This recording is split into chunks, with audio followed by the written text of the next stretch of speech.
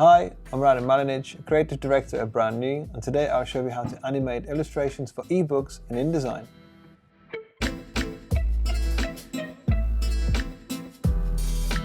So, we have our illustration now in Adobe InDesign. To be able to animate in this workspace, I need to change from the top right corner my workspace from book to digital publishing.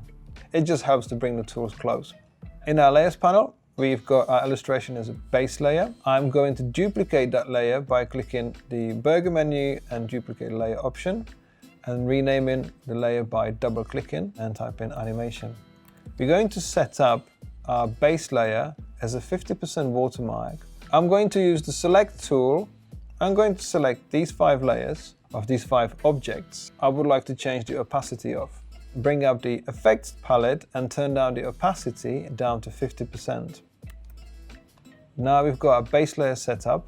I'll return back to the layers panel, bring up the animation layer, select the very same 5 objects and head to the animation tools. What we'll do, we'll fade in our objects in for nice page loads, so our ePub just feels nice and interactive because we've got this nice fluid illustration. It'll be nice to give it more emphasis on page load. So all 5 objects are now set to fade in.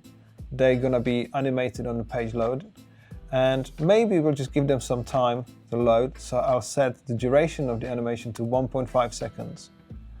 Now we're going to test the animation by clicking the bottom left corner, which is our little play button, which says preview spread, and we can preview the animation in action. This is our watermark, and as you can see, our animated objects are coming in. Once we are happy with our animation, we'll go to File, Export, choose an ePub fixed layout, click Save. Then in our export options, we have to make sure that our spread control is set to convert spread to landscape page, and click OK. You can see how easy it is to use digital publishing tools within Adobe InDesign to create stunning ePubs.